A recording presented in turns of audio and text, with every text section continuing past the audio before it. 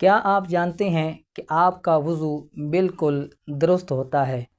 وضو کی معمولی سی غلطی نماز قبول ہونے میں رکاوٹ پیدا کر سکتی ہے۔ افسوس کی بات یہ ہے کہ بہت سے لوگ روزانہ وضو کرتے ہیں اور دن میں کئی مرتبہ وضو کرتے ہیں، لیکن انجانے میں ایسی غلطیاں کر بیٹھتے ہیں جن کی وجہ سے ان کا وضو ناقص ہو جاتا ہے۔ آج کی اس ویڈیو میں ہم وضو کی 7 عام اور اہم غلطیوں کے بارے میں بات کریں گے، اور آخر میں ایک ایسی غلطی بھی بتاؤں گا کہ جو بہت سے لوگ برسوں سے کرتے آ رہے ہیں۔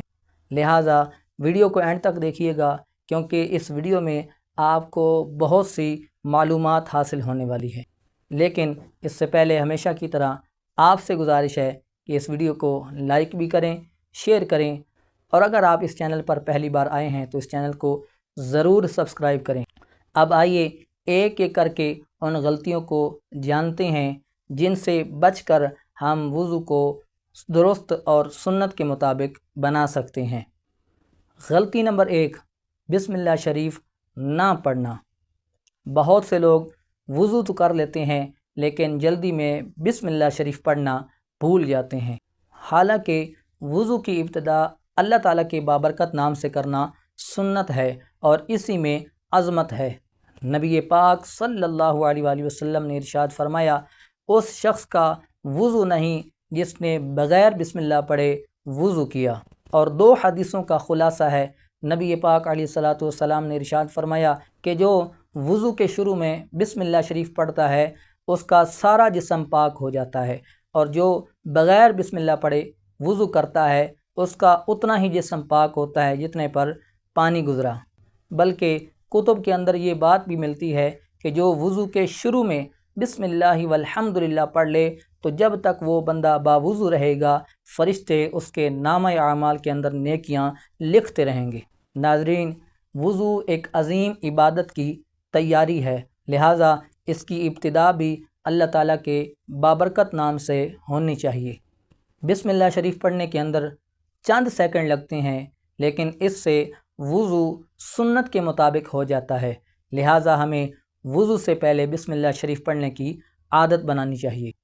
غلطی نمبر 2، اعضاء کو اچھی طرح نہ دھونا۔ کئی لوگ جلدی میں چہرہ، ہاتھ اور پاؤں کو اس طرح دھوتے ہیں کہ ان کا کچھ حصہ خشک رہ جاتا ہے، خاص طور پر ایڑیوں اور انگلیوں کے درمیان۔ نبی پاک صلی اللہ علیہ وآلہ وسلم نے ایسے افراد کو سخت تنبیہ فرمائی جن کی ایڑیاں خشک رہ جاتی تھیں۔ حضرت عبداللہ ابن عمر رضی اللہ تعالیٰ عنہما آپ فرماتے ہیں کہ ایک مرتبہ سفر کے دوران ہم نبی پاک صلی اللہ علیہ وآلہ وسلم سے آگے چلے گئے، لیکن جب نبی پاک علیہ الصلاۃ والسلام ہمارے پاس تشریف لائے تو عصر کا وقت تنگ رہ گیا تھا۔ ہم جلدی جلدی وضو کر رہے تھے اور اپنے پاؤں اچھی طرح دھونے کے بجائے ان پر ہاتھ پھیر رہے تھے، تو نبی پاک صلی اللہ علیہ وآلہ وسلم نے بلند آواز سے 2 یا 3 مرتبہ ارشاد فرمایا، ایڑیوں کے لیے آگ کا عذاب ہے۔ ناظرین کرام، ذرا غور کیجئے کہ نبی پاک صلی اللہ علیہ وآلہ وسلم نے ایک معمولی سی غلطی پر کتنی سخت تنبیہ فرمائی۔ جب صحابہ کرام علیہم رضوان جلدی میں ایڑیوں کو دھونے کے بجائے ان پر ہاتھ پھیر رہے تھے تو نبی پاک علیہ الصلاۃ والسلام نے ارشاد فرمایا کہ ایڑیوں کے لیے آگ کا عذاب ہے۔ اس سے معلوم ہوتا ہے کہ وضو میں کچھ حصہ خشک رہ جانا یہ معمولی بات نہیں، بلکہ اس سے وضو ناقص ہو جاتا ہے۔ غلطی نمبر 3، ہاتھوں اور پاؤں کی انگلیوں کا خلال نہ کرنا۔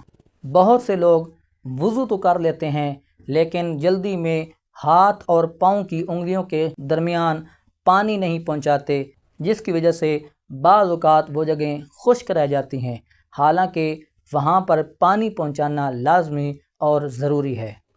حضرت لقیط بن صبرہ رضی اللہ تعالیٰ عنہ آپ فرماتے ہیں کہ نبی پاک علیہ الصلاۃ والسلام نے ارشاد فرمایا کہ ناک میں اچھی طرح پانی پہنچاؤ، لیکن اگر روزہ ہو تو مبالغہ نہ کرو، اور ہاتھوں اور پاؤں کی انگلیوں کے درمیان خلال کیا کرو۔ ناظرین کرام، صرف پانی بہا لینا کافی نہیں، بلکہ ہاتھ اور پاؤں کی ہر انگلی کے درمیان پانی پہنچانا لازمی اور ضروری ہے۔ نبی پاک صلی اللہ علیہ وآلہ وسلم نے ہمیں خود اس چیز کی تعلیم دی، لہٰذا ہمیں بھی چاہیے کہ ہم اس سنت پر عمل کریں تاکہ ہمارا وضو درست ہو جائے۔ غلطی نمبر 4، وضو میں اسراف کرنا۔ کچھ لوگ بغیر ضرورت کے بہت زیادہ پانی بہا دیتے ہیں۔ نبی پاک صلی اللہ علیہ وآلہ وسلم نے پانی کے استعمال میں بھی اعتدال کی تعلیم دی، یہاں تک فرمایا کہ اگر تم بہتے ہوئے دریا کے کنارے پر بھی کیوں نہ ہو پھر بھی اسراف سے بچو۔ حضرت عبداللہ ابن عمر رضی اللہ تعالی عنہما آپ فرماتے ہیں کہ ایک مرتبہ نبی پاک صلی اللہ علیہ وآلہ وسلم حضرت سعد رضی اللہ تعالی عنہ کے پاس سے گزرے۔ حضرت سعد رضی اللہ تعالی عنہ وضو کر رہے تھے تو نبی پاک صلی اللہ علیہ وآلہ وسلم نے ارشاد فرمایا کہ اے سعد، یہ کیسا اسراف ہے؟ تو حضرت سعد رضی اللہ تعالی عنہ نے عرض کیا، یا رسول اللہ، کیا وضو میں بھی اسراف ہوتا ہے؟ نبی پاک علیہ الصلاۃ والسلام نے ارشاد فرمایا، ہاں، اگرچہ تم بہتے ہوئے دریا کے کنارے پر ہی کیوں نہ ہو۔ ناظرین کرام، اسلام ہمیں صفائی بھی سکھاتا ہے اور اعتدال بھی۔ بعض لوگ وضو کے دوران اتنا زیادہ پانی خرچ کر دیتے ہیں کہ شاید یوں لگتا ہے کہ ان کے نزدیک وضو کے دوران زیادہ پانی خرچ کرنا زیادہ ثواب کا کام ہوتا ہے، جبکہ نبی پاک علیہ الصلاۃ والسلام نے وضو کے دوران بھی زیادہ پانی خرچ کرنے سے منع فرمایا، یہاں تک فرمایا کہ اگر تم بہتے ہوئے دریا کے کنارے پر ہی کیوں نہ ہو پھر بھی اسراف سے بچو۔ غلطی نمبر 5، ترتیب کا خیال نہ رکھنا۔ بعض لوگ جلدی میں پہلے پاؤں دھوتے ہیں، پھر چہرہ یا ہاتھ دھوتے ہیں، یا اعضاء کو دھونے کی ترتیب بدل دیتے ہیں، حالانکہ قرآن مجید میں اللہ تعالیٰ نے وضو کے اعضاء کو دھونے کی ایک خاص ترتیب بیان فرمائی۔ اللہ تعالیٰ قرآن مجید کے اندر ارشاد فرماتا ہے، یا ایھا الذین آمنوا اذا قمتم الی الصلاۃ فاغسلوا وجوہکم وایدیکم الی المرافق وامسحوا برؤوسکم وارجلکم الی الکعبین۔ اللہ تعالیٰ فرماتا ہے کہ اے ایمان والو، جب تم نماز کے لیے کھڑے ہو تو پہلے اپنے چہروں کو دھو، پھر دونوں ہاتھوں کو کونیوں سمیت دھو، پھر سر کا مسح کرو اور پھر ٹخنوں سمیت دونوں پاؤں دھو۔ ناظرین کرام، یہ ترتیب اللہ تعالیٰ نے قرآن مجید کے اندر خود بیان فرمائی ہے، لہٰذا ہمیں اپنے آپ اس ترتیب کو نہیں بدلنا چاہیے، بلکہ اس طریقے کے مطابق وضو کرنا چاہیے کہ جو طریقہ قرآن پاک نے بیان فرمایا یا نبی پاک علیہ الصلاۃ والسلام نے اپنے عمل سے ہمیں سکھایا۔ یہی سنت ہے اور اسی میں کمال ہے۔ غلطی نمبر 6، وضو کے بعد کی دعا چھوڑ دینا۔ حضرت عمر بن خطاب رضی اللہ تعالیٰ عنہ آپ فرماتے ہیں کہ نبی پاک علیہ الصلاۃ والسلام نے ارشاد فرمایا کہ تم میں سے جو شخص اچھی طرح وضو کرے پھر یہ دعا پڑھے، اشہد ان لا الہ الا اللہ وحدہ لا شریک لہ واشہد ان محمدا عبدہ ورسولہ، تو اس کے لیے جنت کے 8 دروازے کھول دیے جاتے ہیں، جس میں سے چاہے جنت میں داخل ہو جائے۔ ایک اور جگہ پر ارشاد فرمایا کہ جو شخص وضو کے بعد 1 مرتبہ سورہ قدر پڑھتا ہے تو وہ صدیقین میں لکھا جاتا ہے، جو 2 مرتبہ سورہ قدر پڑھتا ہے وہ شہداء میں شمار کیا جاتا ہے، اور جو 3 مرتبہ وضو کے بعد سورہ قدر پڑھتا ہے تو اللہ تعالیٰ بروز قیامت اسے اپنے انبیاء کے ساتھ رکھے گا۔ اور کتب میں یہ بات بھی ملتی ہے کہ جو شخص وضو کے بعد سورہ انا انزلناہ آسمان کی طرف دیکھ کر پڑھ لیا کرے اس کی نظر کبھی بھی کمزور نہیں ہوگی۔ غلطی نمبر 7، نماز کے دوران وضو ٹوٹ جانے کے باوجود نماز پڑھ لینا۔